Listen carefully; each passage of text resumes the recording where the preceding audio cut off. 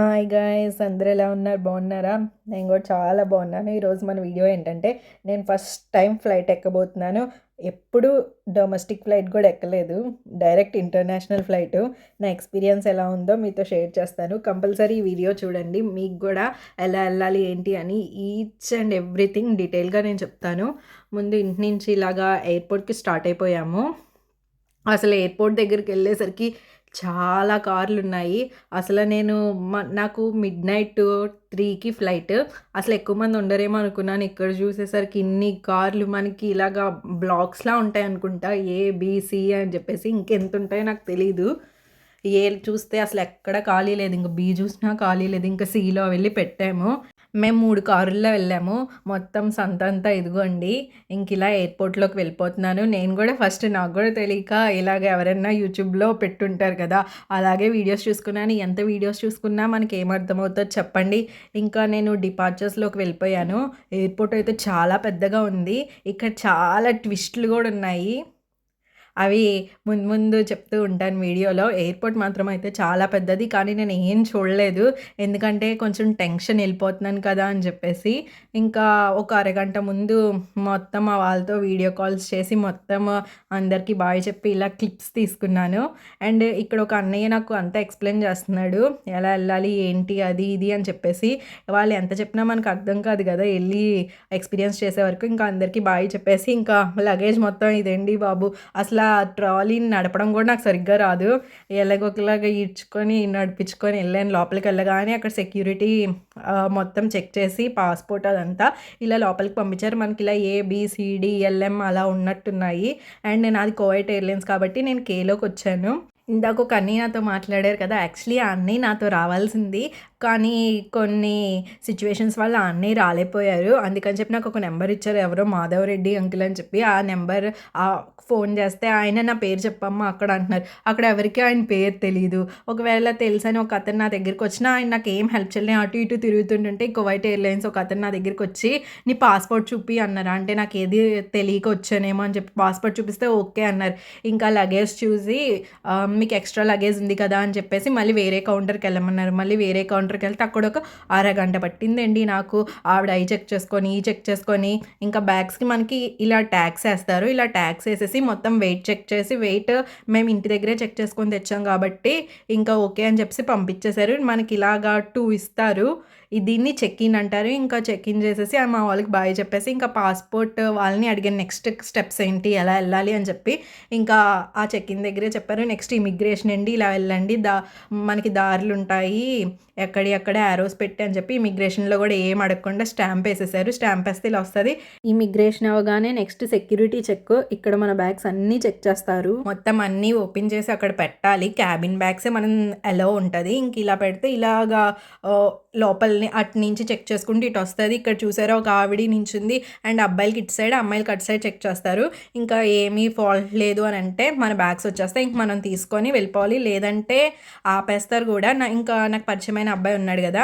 ఆ అబ్బాయి pickles cabin బ్యాగ్‌లో పెట్టుకున్నారు. సో, ఆ అబ్బాయిని ఆపేసి ఒకసారి చెక్ చేసి మళ్ళీ పంపించారు. మనకి ఇలా గేట్స్ ఉంటాయి. ఇందాక చూడండి 225 ఇప్పుడు 28A అని కనిపించింది కదా! ఆల్రెడీ మనకి చెక్ ఇన్ దగ్గర టికెట్స్ ఇచ్చారు కదా! ఆ టికెట్స్‌లో మెన్షన్ చేసి ఉంటది గేట్ నెంబర్. ఆ గేట్ నెంబర్ దగ్గర వచ్చి కూర్చోవాలి. నాకు 28A అయితే 28A దగ్గర వచ్చి కూర్చున్నాము.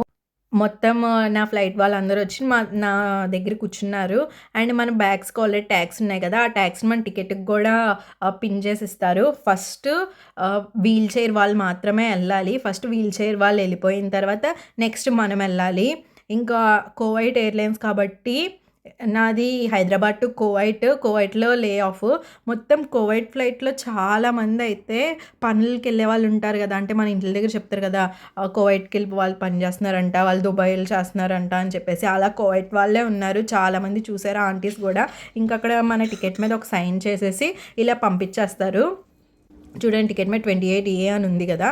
ఇంక ఇలా పంపించేస్తారు. ఇంకా పంపించిన వెంటనే ఇంకా డైరెక్ట్ ఫ్లైట్‌లోకి వెళ్ళిపోతాము. ఇలాగా వే ఉంది చూసారా? ఇంక ఈ వేలోకి ఇంకిలా వెళ్ళిపోగానే ఈ వే మన ఫ్లైట్‌కి ఆల్రెడీ లింక్ అయిపోయి ఉంటది. ఇందాక శ్రీకాకుళం అబ్బాయి కనిపించాడు అన్నాను కదా! ఆ అబ్బాయితో ఒక చిన్న క్లిప్ తీసుకున్నాను మెమరీగా ఉంటదని చెప్పేసి. ఇంకిలా వెళ్తూ ఉంటే వేలో పక్కనే నాకు దుబాయ్ ఫ్లైట్ గూడా కనిపించింది. పనిలో పని అని చెప్పి ఆ దుబాయ్ ఫ్లైట్‌ని గూడా అలా ఒక క్లిప్ తీసేశాను. ఈ వే డైరెక్ట్ మనకి ఫ్లైట్‌లోకి లింక్ అయిపోయి ఉంటది. మనం ఫ్రంట్ పార్ట్ చూడలేము. ఇది క్రూ అనుకుంటా, ఫ్లైట్‌లో క్రూ. ఇంక ఇలా లోపలికెళ్ళగానే అటు 2 సీట్స్, ఇటు 2 సీట్స్ ఉన్నాయి. యాక్చువల్లీ 2 సీట్స్ ఉంటాయి, 3 సీట్స్ కూడా ఉంటాయి. అంటే ఇది వచ్చేసి ఆహ్, ప్రీమియం క్లాస్ అనుకుంటా అది. అంటే మనకి ఇక్కడ premium class, premium business class అని ఉంటది. ఫస్ట్‌లో ఫ్లైట్ ఎక్కాను కదా! కొంచెం అదంతా అలా చూస్తూ ఉన్నాను. ఈ పైన చూసారా మన బ్యాగ్స్ అని ఇక్కడే పెట్టుకోవాలి. నాది 17th రోలో వచ్చింది. నేను 17th రోలో కూర్చున్నాను. ఇంకా పక్కనే దుబాయ్ ఫ్లైట్ గూడా చూసారా, ఇది గూడా ఫ్లైట్‌లోకి లింక్ అయి ఉంది ఇవే. అలాగే నాది గూడా అలా లింక్ అయి ఉంటది. అండ్ మన సీట్‌కి ముందు ఒక టేబుల్, ఒక స్క్రీన్ గూడా ఉంటది. ఆ టేబుల్ టేక్ ఆఫ్ అయిపోయేటప్పుడు మాత్రం కంపల్సరీ క్లోజ్ చేసేయాలి. అండ్ మన సీటుకి గూడా బెల్ట్ ఉంటది. బెల్ట్ గూడా పెట్టుకోవాలి. అండ్ మనకి కొన్ని సినిమాస్ ఉన్నాయి స్క్రీన్‌లో. ఆ సినిమాలు చూసుకోవచ్చు. అండ్ ఫ్లైట్ ఒక ఎటు నుంచి ఎటెళ్తుంది, ఎక్కడి దాకా వెళ్ళింది అని కూడా మనం స్క్రీన్‌లో చూసుకోవచ్చు. మనకి ఒక బెడ్‌షీట్ ఇస్తారు. ఒక పిల్లో కూడా ఇస్తారు ఇలాగా. అండ్ రాగానే అందరికీ మాత్రం ఒక ఇయర్ ఫోన్స్ ఇస్తారు.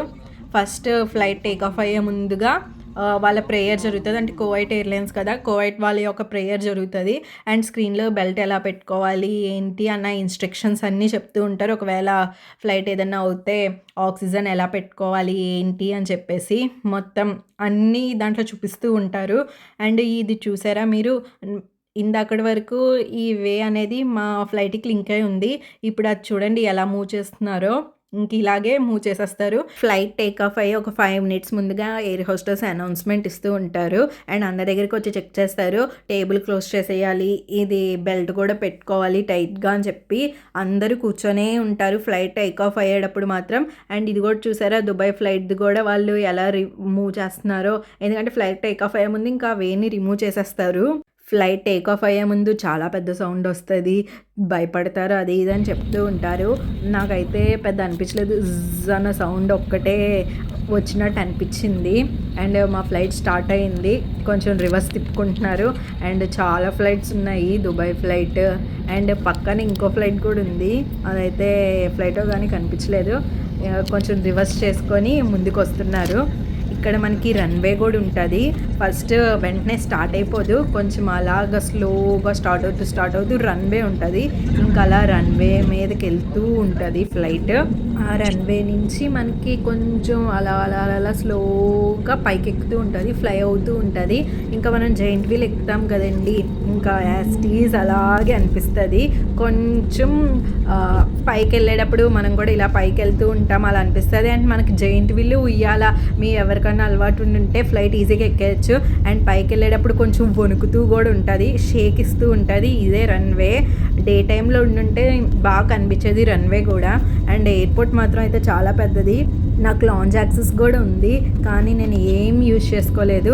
అంటే వెంటనే టైం అయిపోతుంది, ప్లస్ నాకు తెలియదు కాబట్టి అక్కడ గేట్ దగ్గర మాత్రం ఒక 15 మినిట్స్ కూర్చున్నాను అంతే. ఇప్పుడే ఫ్లై అయింది. ఫ్లై అయినప్పుడు చెప్పాను కదా జుజాన్ సౌండ్ తప్ప ఇంకేం లేదు. అండ్ కొంచెం ఫ్లై అయ్యి ఇలా వంగుతుంది కొంచెం సైడ్కి, అప్పుడు కొంచెం సైడ్కి వంగిన ఫీలింగ్ కూడా వస్తుంది. అండ్ ఓవరాల్ హైదరాబాద్ వ్యూ చూడండి, ఓన్లీ లైటింగ్స్ తప్ప ఇంకేం కనబడట్లేదు. డే టైం అయి ఉంటే చాలా బాగా కనిపించేది, నైట్ టైం కూడా బాగానే కనిపిస్తుంది లైటింగ్స్తో. ఫ్లైట్ ఎక్కడిదాకా వెళ్ళింది, ఎంత డిస్టెన్స్ అని చెప్పేసి మనకి స్క్రీన్ ముందు కనిపిస్తూ ఉంటుంది.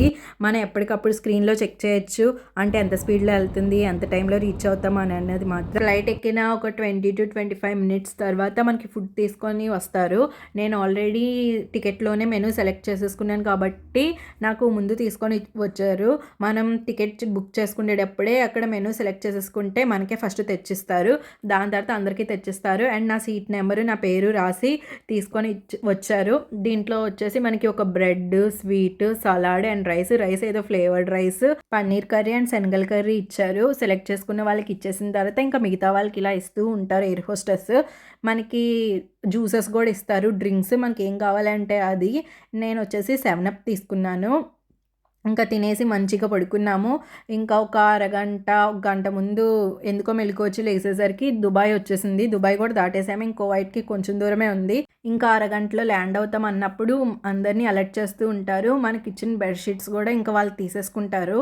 తీసేసుకొని ఇంకా అందరూ మాత్రం కూర్చొనే ఉంటారు. ల్యాండ్ అయ్యేటప్పుడు అసలు ఎవ్వరు నించోకూడదు, ఎయిర్ హోస్టెస్ సహా అందరు కూర్చొనే ఉంటారు. బెల్ట్లు వేసుకున్నారా లేదా, నెక్స్ట్ టేబుల్స్ అన్నీ క్లోజ్ చేశారా లేదా అన్నీ ఎయిర్ హోస్టెస్ ముందు చెక్ చేసుకుంటారు. చెక్ చేసుకొని వాళ్ళు వెళ్ళి కూర్చుని పోతారు. కువైట్లో ల్యాండ్ అవ్వగానే మంచిగా వింటేజ్ కార్ ఒకటి కనిపించింది. ఇంకా అలా కొంచెం ముందుకెళ్తే మనకి సెక్యూరిటీ చెక్ ఉంటుంది. ఇక్కడ కూడా మొత్తం మన ల్యాప్టాప్స్, బ్యాగ్స్ అన్నీ సెక్యూరిటీ చెక్ చేసిన తర్వాతే మనల్ని కొంచెం బయటికి పంపిస్తారు. ఇంకా అక్కడి నుంచి మనము తిరిగితే తిరగచ్చు, షాపింగ్ చేయొచ్చు, లేకపోతే మన గేట్ దగ్గరికి వెళ్ళి కూర్చోవచ్చు. మాకంటే కొత్త ఏం తెలియదు కాబట్టి నేను దుబాయ్లో, కువైట్లో గోల్డ్స్ అమ్ముతారు ఎయిర్పోర్ట్లో అని విన్నాను, కానీ నేను ఏం చూడలేదు. అంటే మనకి తెలియదు కదా, దారి తప్పిపోతాంలే అని చెప్పేసి. కువైట్లో దిగేసరికి కువైట్ టైం 5:30, మన ఇండియాకి కువైట్కి 2.5 hours డిఫరెన్స్. అండ్ ఇక్కడ చైర్స్లోనే సాకెట్ పాయింట్స్ కూడా ఉంటాయి, మంచిగా ఛార్జింగ్ పెట్టుకోవచ్చు. అండ్ ఎయిర్పోర్ట్లో కొంచెం ఇండియా వాళ్ళు చాలామందే కనిపించారు. ఇంకా ఇక్కడ నా మెయిన్ ట్విస్ట్లన్నీ మీకు చెప్తాను చూడండి. నేను మా హస్బెండ్ వాళ్ళ ఫ్రెండ్ ప్రశాంత్ అని చెప్పుంటాడు. తను నేను కలిపి యూకే వెళ్ళాలి. బట్ రేపు ఫ్లైట్ అనగా ముందు రోజు అన్నయ్య వాళ్ళ మమ్మీ కాల్ జారి పడిపోయి ఆవిడని ఐసీయూలో జాయిన్ చేశారు. ఇంకా అన్నయ్య రారు కదా. ఇంకా మా హస్బెండ్ నాకు ముందు రోజు వచ్చి చెప్పారు. కొంచెం భయం ఉంది, కానీ ఇంట్లో వాళ్ళకి చెప్తే మా అమ్మ అప్పటికే చాలా రోజుల నుంచి ఆడవడం స్టార్ట్ చేసింది. ఇంకెందుకులే అని మా ఫాదర్కి చెప్పారు. మా ఫాదర్ సరే ఓకేలే వెల్లులే అన్నట్టే అన్నారు. ఏం కాదు, అక్కడ ఎవరినన్నా అడుగు, ఏమన్నా తెలియకపోతే అని చెప్పారు. ఇంకా అదొక ట్విస్ట్. నెక్స్ట్ ట్విస్ట్ ఏంటంటే నన్ను ప్రశాంతాన్ని ఒక అన్నయ్య రిసీవ్ చేసుకోవాలి యూకేలో.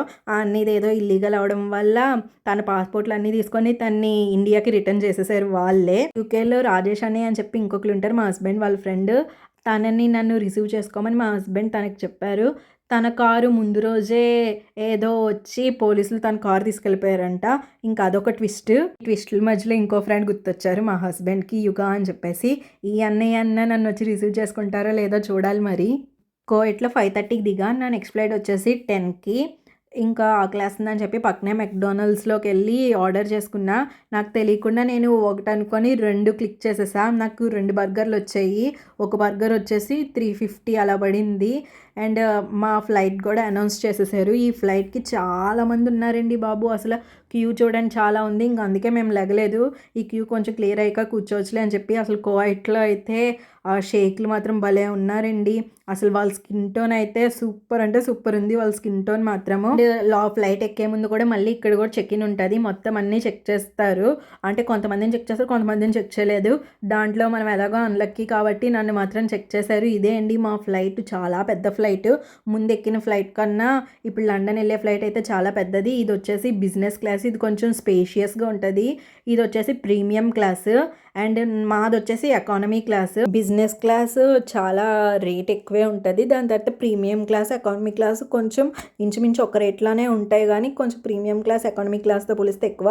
అండ్ ఎకానమీ క్లాస్లో వచ్చేసి మనకి ఇలా 3 rows ఉంటాయి. 3 rowsలో ఈచ్ రోకి 3 seats, అంతే మొత్తం 9 seats ఉంటాయి. ఫ్రంట్ ఇలాగే మనకు ఒక డిస్ప్లే ఇస్తారు.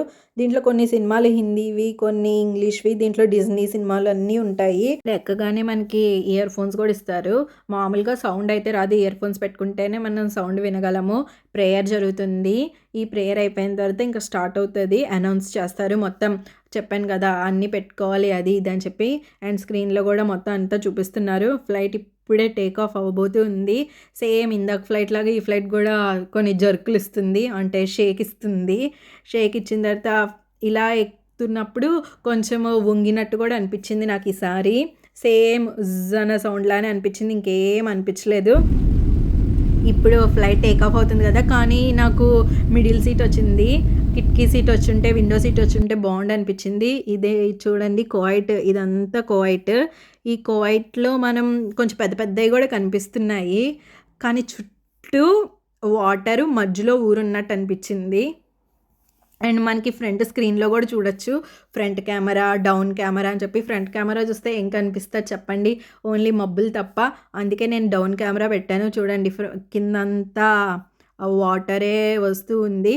అండ్ దీంట్లో డిస్ప్లే అవుతుంది కువైట్ నుంచి లండన్కి ఇంత డిస్టెన్స్ అంట. ఎక్కిన కొంతసేపటికే ఇయర్ ఫోన్స్ అందరికీ పంచిపెడుతూ ఉన్నారు. సేమ్ ఆ ఫ్లైట్లో ఏ ఫుడ్ ఇచ్చారు, ఈ ఫ్లైట్లో కూడా సేమ్ ఫుడ్. ఎందుకంటే ఇది కూడా కువైట్ ఎయిర్లైన్సే కాబట్టి పెద్ద అంతేమనిపించలేదు. నేను ఇందాకే బర్గర్ తిన్నాను కాబట్టి నాకు ఏమీ పెద్ద తినబుద్ధి అవ్వలేదు. నిన్న ఆకలితో ఉన్నాను కాబట్టి కొంచెం తిన్నాను. ఈసారి అసలు నాకు ఫుడ్ అసలు బాగాలేదనిపించింది. అండ్ నా పక్కనే లండన్ ఆవిడ కూర్చుంది. నేను బన్ ఏం తినకపోతే ఆవిడే తీసేసుకుంది బండ్లు అవన్నీ కూడా. ఇంకా సర్లే అని చెప్పి ఇచ్చేసాను. క్లౌడ్స్ అయితే సూపర్ కనిపిస్తున్నాయి. క్లౌడ్స్ పైన ఉన్నాననే ఫీలింగ్ అయితే చాలా బాగుంది. ఇదేదో మౌంట్ కైలాష్ అని చెప్పను కానీ కొంచెం అలాగే హిమాలయాస్ లాగా అనిపించింది. ఇది వచ్చేసి వాష్రూమ్ కూడా చాలా నీట్గా ఉంది. కానీ ఇక్కడ ఏంటంటే అంత టిష్యూలతోనే తుడుచుకోవాలి, అదే ఒక బాధ. వాష్రూమ్స్ అన్నీ కూడా చాలా నీట్గా ఉన్నాయి. అండ్ మా పక్కన రోలో ఒక చిన్న పాప ఉంది. అసలు ఎంత బాగుందో, మాతో పాటునే కోవైట్లో ఎక్కారు వీళ్ళు. మేము డే టైంలో వెళ్తున్నాం కాబట్టి కిటికీలు వేసేయమన్నారు. ఇంకా ల్యాండ్ అయ్యే కొంచెం సేపు ముందే కొంచెం కిటికీలు ఓపెన్ చేసి చూడొచ్చు అన్నారు. అంతకుముందు అయితే బాగా ఎండ కొట్టేసేది. కోవైట్లో మేము 10కి ఎక్కాం కదా, లండన్లో 2:30కి రీచ్ అవుతాము. కోవైట్కి లండన్కి 2.5 hours 3 hours time difference. And reach అయ్యే కొంతసేపటి ముందే కిటికీలు ఓపెన్ చేసాము. అంతకుముందు అయితే ఎండ కొట్టేసేది కదా. ఎయిర్ హోస్టెస్ అయితే సూపర్ అంటే సూపర్ ఉన్నారు. ఇప్పుడు క్లౌడ్స్ చూడండి, కొంచెం ఏదో వర్షం పడేలాగా అలా అనిపించింది. అండ్ ల్యాండ్ అయ్యే ముందుగా అయితే ఈ అమ్మాయి అసలు ఎంత పేచీ పెట్టేసిందో, బెల్ట్ పెట్టారు. అసలు బెల్ట్ నాకు వద్దు, తీసేయి అని చెప్పి వెనక నుంచి వాళ్ళ డాడీ ముందు సీట్లో కూర్చున్నారు. కాల్ పట్టుకున్న అసలు ఇంకా వాళ్ళ మమ్మీ అయితే ఇంకా చెవులు మూసేసుకొని ఉన్నారు. ఇంకా ఆల్మోస్ట్ ల్యాండ్ అయిపోతుంది, కిందకు వచ్చేస్తున్నాము. ఎందుకంటే మొత్తం ఊరు కనిపిస్తుంది చూడండి. ఇంకా ఎయిర్ హోస్టెస్ వచ్చి ఆ అమ్మాయిని తీసుకొని వాళ్ళ ఒళ్ళో కూర్చొని పెట్టుకున్నారు. అయినా ఏడుపు ఆపలేదు. ఇంకా మనం లండన్ రీచ్ అయిపోయామండి. ఎవరి బ్యాగ్లో వాళ్ళు జాగ్రత్తగా తీసుకొని అందరు దిగుతున్నారు. ఇది వచ్చేసి మన ఎకానమీ క్లాస్. ఇంకా అలా కొంచెం ముందుకెళ్తే ప్రీమియం క్లాస్ కూడా ఉంటుంది. ఇది వచ్చేసి బిజినెస్ క్లాస్. ఇది చాలా స్పేషియస్గా ఉంటుంది. అండ్ సీట్లు కూడా చూడండి చాలా పెద్దగా ఉన్నాయి. ఇద్దరిద్దరే కూర్చున్నారు. మన పెద్ద పెద్ద సెలబ్రిటీలు వెళ్తారు కదా, ఆ బిజినెస్ క్లాస్. మర్యాదలు కూడా చాలా బాగా చేస్తారు. మనం కూడా బాగా సంపాదించి ఏ రోజైనా బిజినెస్ క్లాస్ టికెట్ కొనుక్కోవాలి. ఇంక ఇలా బయటికి రాగానే ఇక్కడ మనకి మెయిన్ టాస్క్, ఇక్కడ ఇమిగ్రేషన్ దగ్గర చాలా క్వశ్చన్స్ అడుగుతారంట. అండ్ నేను వచ్చేసి కాస్ట్ లెటర్ ఒకటి తీసుకున్నాను. అది యూనివర్సిటీ వాళ్ళు పంపుతారు కాస్ట్ లెటర్. ఆ కాస్ట్ లెటర్ వాళ్ళకి చూపిస్తే నన్ను కొన్ని క్వశ్చన్స్ అడిగారు. ఇంకా కొన్ని క్వశ్చన్స్ అయిపోయి దాని తర్వాత నా థంబ్ ఒకటి వేయించుకున్నారు. పాస్పోర్ట్ కూడా తీసుకున్నారు. అసలు దాంట్లో స్టాంప్ వేయాలంట, కానీ ఆయన వేయలేదు. అండ్ నాతో పాటు వచ్చిన శ్రీకాకుళం అబ్బాయి ఉన్నారు కదా, ఆ అబ్బాయికి స్టాంప్ వేసారంట. ఆ అబ్బాయి చెప్పాడు. నాకు స్టాంప్ వేయలేదని చెప్పి నేను మళ్ళీ పైకి వెళ్ళేసరికి నన్ను ఇంటర్వ్యూ చేసిన అతను లేరు. పక్క వాళ్ళని అడిగితే స్టాంప్ వేయకపోయినా పర్లేదని చెప్పారు. మా హస్బెండ్కి చెప్తే లేదు యూనివర్సిటీలో ఒప్పుకోరు, నువ్వు మళ్ళీ స్టాంప్ వేయించుకోవాలి కంపల్సరీ అని అన్నారు. ఇంకా నేను మళ్ళీ అంత లగేజ్తో పైకి వెళ్తానని చెప్పేసి కరెక్ట్గా ఆ ఇమిగ్రేషన్ ట్యాగ్ వేసుకున్న ఆయన ఉంటే ఇంకా ఆయనకి ఫోన్ చేసి మా హస్బెండ్ చేత మాట్లాడిచ్చాను. మొత్తం ఈ వీసాలో ఉంటుంది, ఆన్లైన్లో స్టాంప్ పడకపోయినా పర్వాలేదు, తమ్ము ఉంటే చాలు అన్నారు. ఇంకా లగేజ్ మొత్తం తీసుకొని బయటకు వచ్చాను. మా హస్బెండ్ వాళ్ళ ఫ్రెండ్ ఇంకా రాలేదు. ఇక్కడ ఇంకో ట్విస్ట్, ఆయన ఎక్కిన ట్రైన్ మధ్యలో ఆపేసి స్ట్రైక్ అన్నారంట. చివరికి ఏదో విధంగా ఆయన వచ్చారు. పాపం లగేజ్ అంతా ఆయనే మోసారు. అండ్ నేను ఎక్స్ట్రా లగేజ్ కూడా 16,500 చిల్లర ఎంతో పే చేసి మరీ తెచ్చుకున్నాను. 23 లగేజ్ బ్యాగ్. ఇక్కడ ఎవరిని చూసినా అందరూ మేకప్ వేసుకున్నట్టే ఉన్నారు. అంటే ఈ క్లైమేట్కో ఏంటో కానీ అబ్బాయిలు కూడా అలాగే అనిపించారు. చివరికి ఎయిర్పోర్ట్ నుంచి ట్రైన్ ఎక్కాను, బస్ ఎక్కాను, క్యాబ్ ఎక్కి ఇంటికి చేరుకున్నాను. అండ్ మనకి ఫ్లైట్లో వెజ్జే కాదు, నాన్ వెజ్లో చికెన్, ఫిష్ కూడా ఉంటాయి. మీకు నచ్చింది ఏదన్నా కూడా తీసుకోవచ్చు. అండ్ ఓవరాల్ నా first international flight experience without knowing anything. మీకు కానీ యూస్ఫుల్ అనిపిస్తే, నా వీడియో కానీ నచ్చితే లైక్ చేయండి, షేర్ చేయండి అండ్ సబ్స్క్రైబ్ చేయండి. మీకు ఎలా అనిపించిందో కామెంట్ బాక్స్లో కామెంట్ చేయండి. Bye bye.